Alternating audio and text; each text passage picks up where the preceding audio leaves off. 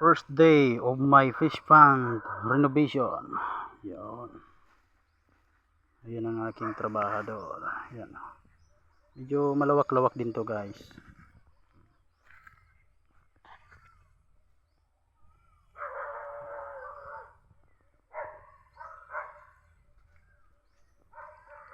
At silipin natin guys yung konting puno ng pakwan na tinanim ko dito.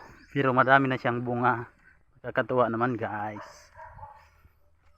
Kung alam ko na sinubukan ko lang naman kasi ito kasi tiningnan ko kung maganda ba dito ang pakwan sa lupang ito. So far, ganda rin naman. Ayan guys. Ayan o, unang puno. Ayan. May bunga na siya guys. Ayan o. Nakita ko sa YouTube, hindi pala pwede na dalawang pwede naman dalawa pero mas maganda mainam guys na isa lang bawat puno, isang bunga kasi para mas lumaki kaagad. Ito ba yung pangalawa? Ayan guys oh. Wow! Ayan, may mga bunga na guys. At ito pa guys. Ayan. Ayan. Ay, parang sinusubukan na agad ng mabait ah. Di tama guys oh. Mahaba siya gumapang oh. Ayan. At ito pa.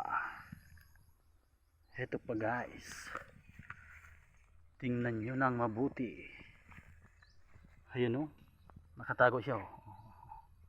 Ayan. Very good. Ito pa yung isa. Wow. Napakaangas. Ito, kakaiba to. Kulay iba siya. Wala siyang design na gurit.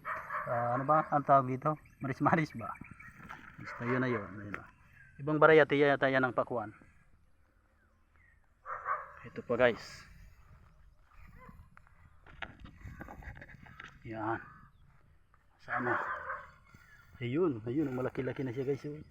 Kakatuwa guys. Makakatikim na rin ng sariling tanim na pakwan. Ito pa siya guys. Madaming siyang bunga. Yan. Mahaba na siya kung gumapang. Ayan. Ito pa yung isa.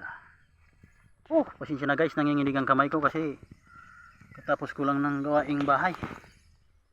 Dito talaga guys pag mag-isa. Nakakapagod.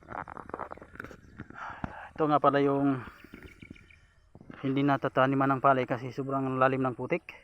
So, ang gagawin namin dyan, ano na lang, sasabragan ba ng palay. Yan. Malawak yan guys. Yan. Sa next vlog ko guys, bablog ko naman yung mga tanim kong puno ng niyog doon. Yun, madami yan guys. Alright. Kapag namunga na to lahat ng mga tanim kong niyog, magpapahinga na ako sa pag-duty, sa pag-guard kasi masyadong humihina ang resistensya kapag palagi antok ang tao. Ayun. Ayun pa yung isa naming kalabaw. Yeah. Alright.